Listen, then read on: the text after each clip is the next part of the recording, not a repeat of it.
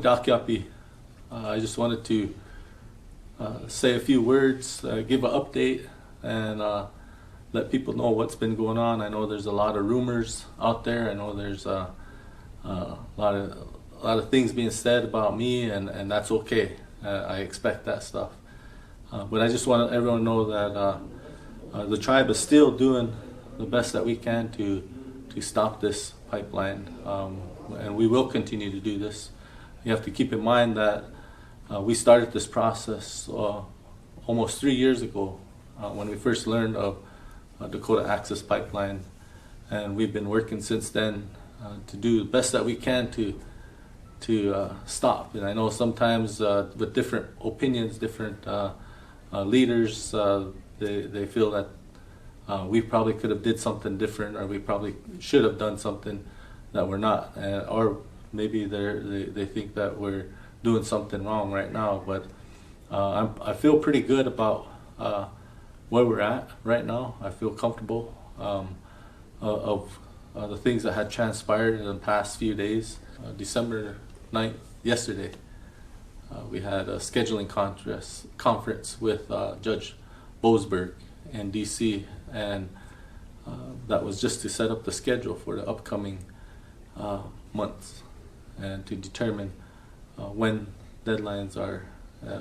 The first thing was when we can file our briefs, and that was January 6th. That was the first deadline, and then Dakota Access has January 31st to file theirs, but we're expecting them to file theirs sooner. And as soon as they file their brief, then we have 10 days after that to file our replies. So then once all the briefs are filed and the replies are filed, then it'll be determined whether or not if the judge wants to have a oral hearing, or if he'll just take the briefs for what they are. So there was no rulings or no decisions made by the judge yesterday. It was just for scheduling, and Dakota Access did come with a motion December 5th, right after the Corps of Engineers came out with the ruling. The Dakota Access came out with a motion for summary judgment, and what they're asking the judge, and they were hoping to argue this this past Friday, yesterday, but the judge said this was only a scheduling conference. And what they were saying with the summary judgment was that they don't need permission to pass the easement. And basically what they're saying is that they got the approval on when the Corps of Engineers gave them the 408 permit. But the 408 permit is under the Rivers and Arbors Act. And so the easement falls under mining and leasing. So the two different statutes. So we feel confident that their argument is weak, and that we'll pull that out. You can't blend two statutes together and expect permission from both statutes. So we're confident that this will get dismissed. So basically, yesterday, what we know is that we got the schedule. We also know that the judge did not give our grant any permission for Dakota Access to drill under Lake Oahe. He brought out what the Corps had asked for, and that was consideration for a reroute. They had asked that a full EIS be looked into. We had another meeting in DC with government agencies, government officials, on starting the process for the environmental impact statement. And we pressed the government officials to try to get this out right away. So we came away thinking that the first process in the environmental is to publish it in the Federal Reserve, and they are going to publish this.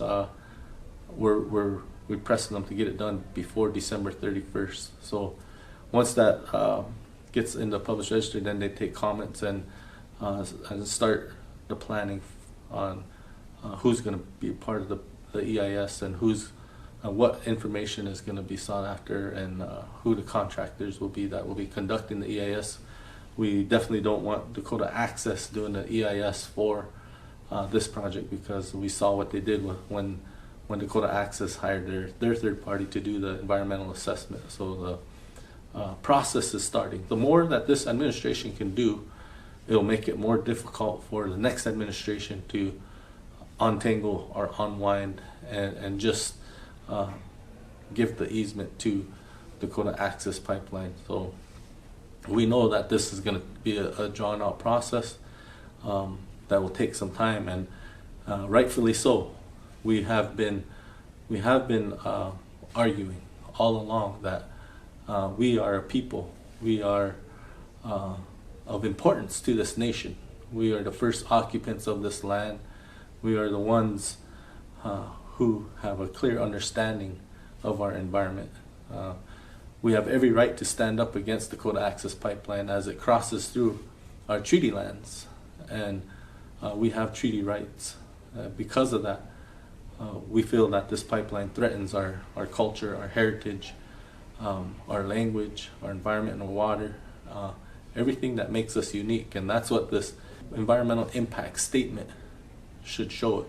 It doesn't have to it looks at people and what's precious to this nation, what should be protected. And so that's what we've been saying all along. We've been asking for EIS. We've been asking that the Corps of Engineers does not grant finding of no significant impact with the EA. So from the beginning, and I just want to emphasize this because I had made a statement that it's time for people to go home. And I did it because I've been trying to care, been mindful about the people who come, been mindful about our guests. And right now, if I know that there is not a threat to this company drilling underneath Lake Oahe, then there really isn't a reason for the camp, our people, to be out there and risk their lives. And it's not for any other reason. You know, from day one, I have been emphasizing peace, prayer, nonviolent, because I was concerned about people's safety. From the beginning, I've been emphasizing peace and prayer and nonviolence because I've always been interested in the safety of our guests, making sure that people, I never wanted anybody to get hurt. I condemned violence. And when we come into a situation where the winter has made its presence, it's a harsh winter. It's a dangerous winter. The temperatures right now are -7 without wind, and if the wind comes up, it can be around -24 degrees. And when it gets that cold, it's not safe for people to be out in the camp. And so I'm encouraging you because I know that right now the company is not going to drill underneath the river. For your safety, you can go home and enjoy this winter in your homes with your families.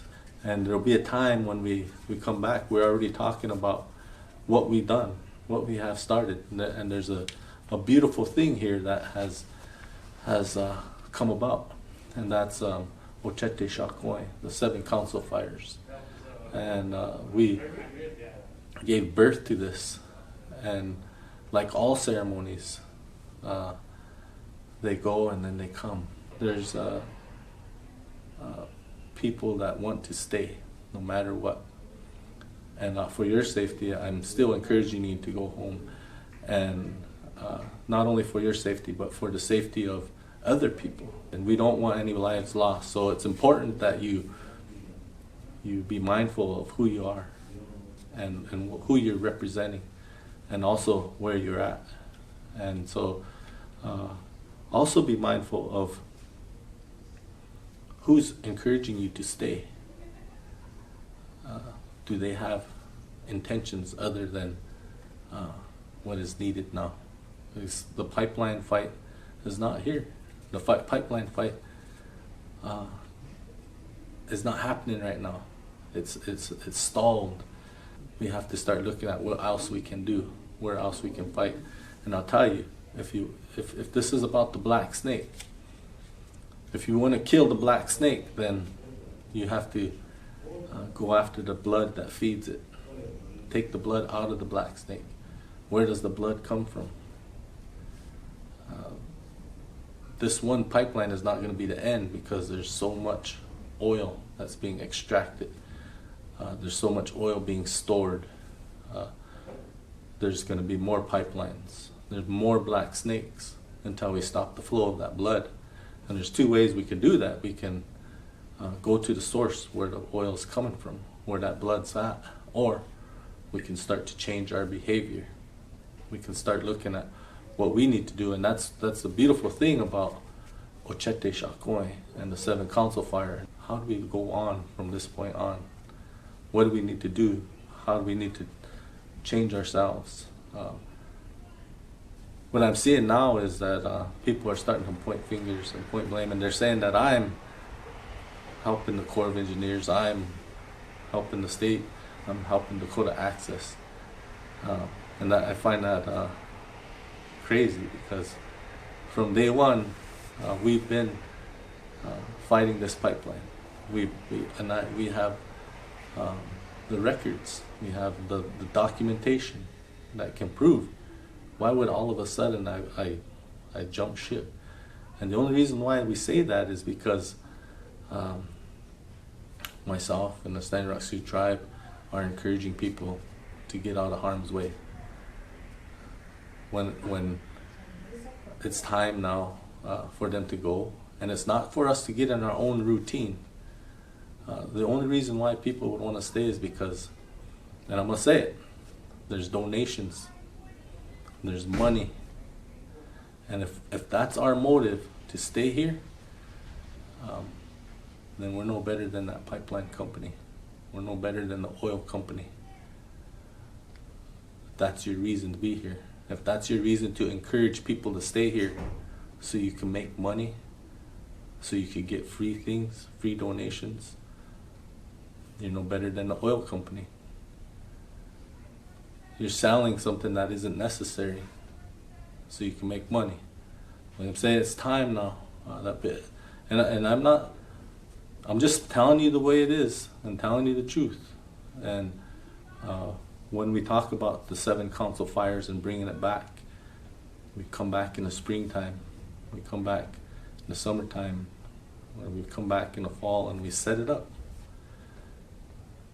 And we set it up right. And we take whatever we set up, we take it and we take it home, and we take it to our homes wherever we are, and we start living in that way. We have to start changing how we live, change our behavior, because for how long have we been saying it's broke? It's easy to complain about something being broke, but it's hard to actually do something to fix it. It's a good feeling now, and I'm not trying to bring closure to anything. You have to understand, I'm just trying to make sure people are safe, and I know out there it's not safe. So if it's not safe, and if it's not necessary to be out there fighting that pipeline, because there's nothing going to happen. They're not drilling. They don't have permission to drill. I'm not trying to raise, this is a rumor I heard. The chairman's working with the governor and Corps of Engineers to elevate water levels. I've been trying to make sure people are safe. I never even had that meeting. And just because the water levels went up doesn't mean that I had anything to do with it. I'm here trying to protect people. I would never bring harm to anybody. I get these questions that come from the camp saying that I met with the Army Corps of Engineers and the governor, and that we were planning on raising water levels, and so the water rose, and now I'm getting blamed for that. And that's crazy, because I've been all about safety, and bringing that water level up is bringing harm or threat. And that's not even the case. I never even had a meeting, but I think people are saying things right now to get what they want, and they make things up. If this camp is here and all it's doing is creating friction and controversy and splitting and accusing Standing Rock Sioux tribe, who's been hosting and accommodating and meeting the needs, accusing the tribe of trying to harm or trying to do whatever it can so that the pipeline goes through. That doesn't make sense to me. I just continue to hope that people have an understanding and know I wouldn't do that, and that continue to pray that this pipeline doesn't go through. And we're going to continue to work at that. We're going to build awareness with whoever we can, when we can, with the Congress, with the company, with the President-elect. If we could get a meeting with him, we got to convince him that the decision that the Corps of Engineers made was the right decision. And if you believe in your prayers, and if you believe that it's the right decision, if you believe the Creator's gave us what we were asking for, then we have an opportunity to educate not just President-elect, the governors, the company, but we have an opportunity to say this battle is not at Standing Rock, but this is a battle cry for America to stand up for Mother Earth now. And there's other pipelines that we can channel our efforts and our unity and our prayer to. We could take a breath and we could breathe and we could rest. We don't have to put people's lives in danger. So I just ask you to keep that in mind, and then I think that's all I have right now. But I just want to thank you for taking the time and listening to me. And just know that the Standing Rock Sioux tribe, the tribal council, the members, myself, we've been doing this, and we've been fighting this fight from day one, and we've been doing the best that we can. We've been trying the best that we can, and everybody tells us what we ought to do or what we should have done. But I think we did a good job, because what we're at right now, by far, it's not over, but we're in a good place, and we can continue to pray and we can continue to fight, and we can do it without putting people's lives in danger. So we want to make this a better place, and so being forced into politics, and to try to look at how can we change the laws and codes so that we can bump us into a new direction. We always want to make sure that what we do today is going to have a lasting impact 50 to 100 years from now. So when you get into politics, now I'm the tribal chairman, and this is my tribe, and what I do is what I believe is best for our tribal members. We have schools, we have roads, we have law enforcement, we have child protection, we have so many healthcare systems, so many things that we deal with on a day-to-day basis to protect our people, and it's a government. I'm the chairman of an IRA, even though Standing Rock is non-IRA. It's an IRA government that we run. We have this responsibility to try to make this a better place, and what the reason why we started this battle with the pipeline was because it threatens our water, and it's our kids who don't want that threat to be there. So when our kids spoke up, all the responsibilities that we still have today, everything that we do at the government, are still there. And we stood up, and we tried to do the best we can with the limited resources that we had to try to stop this Dakota Access Pipeline from coming here.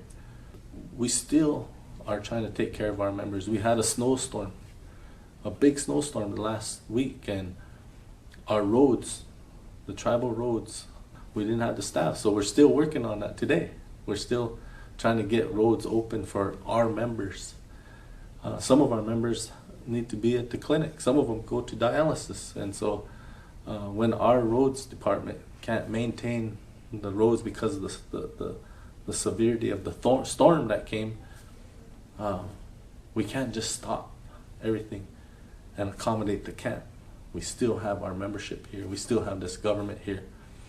And we are doing the best that we can to stop this pipeline. And I'm telling you, the efforts that we've done, we took this company to court. We took the Corps of Engineers to court. Nobody else did. The Standing Rock Sioux Tribe took them to court. And it's a strategy because we know that the laws are there in place for infrastructure development. We know that fossil fuel development is driven by this nation, by its Congress. Congress is owned by the Koch brothers, by fossil fuel. We know that. And so the laws that are in place, they're paid for by the oil industry. So it's easy, it's simple, it's a check in a box. But we had to do something. We had to file a suit. So we did. We still have our responsibilities here on the Standing Rock Sioux Tribe, and we're fighting this fight. People came. We welcome them to come stand with us, come join this fight with us. As we're going to court and as we're fighting this, I had to talk to the landowner where this pipeline was going to. I had to talk to the Corps of Engineers. I had to talk to the governor. I had to talk to Dakota Access Pipeline. And this was like early on. This is what the company said, or the landowner said. If we give you $5 million, and if we give you the land where this pipeline is going through, you just have to let it go, and we'll give it to you. And I said no. Our tribal council was approached by Dakota Access Pipeline. We'll give you the land. We'll give you money. They said no. The company asked. The company flat out said, the land where that pipeline is, that's an option. It's on the table. And we maintain that we don't want money. I don't want money.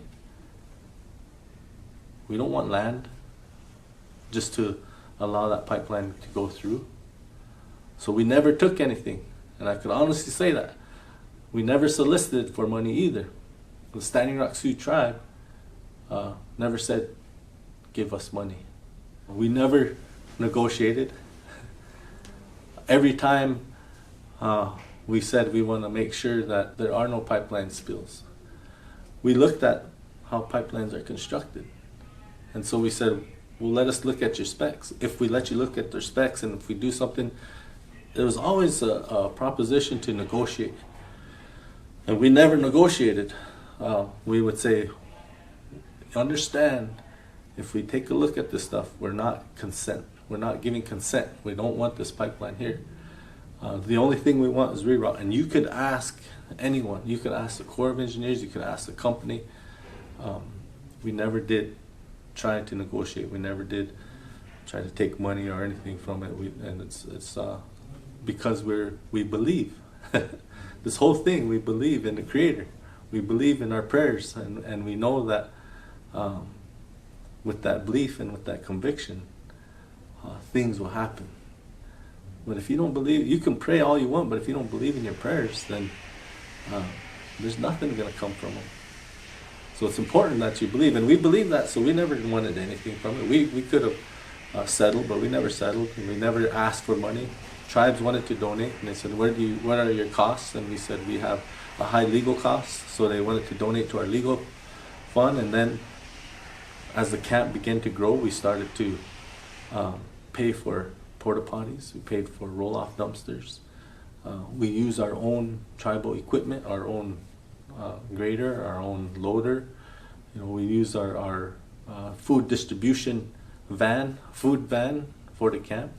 the resources that the tribe has for our members were used at the camp so that the guests that were coming were taken care of. Our ambulances, our healthcare, our law enforcement were all stressed because of the influx of people that came, but we never complained. We always said we're going to accommodate our guests. So when it comes down to who do you want to believe? You want to believe rumors? You want to believe things that are said? Go ahead. But I know what the truth is. And I know what people's intentions are. And I know what my intentions are. And that's for my tribe. That's to protect our tribe and the future of our kids. And if I do that, then I know, and with everything that came with this camp and with this movement, there's a lot of things that we can learn from. There's a lot of things that we can do to help our people. And the lessons that were brought here today, we can take those back to our communities and share them. And it's pretty amazing that we have had over 10,000 people and we haven't had a death. We haven't had anything serious go wrong. We were able to self-police. We were able to heal. We were able to pray. We were able to share ceremonies, share songs.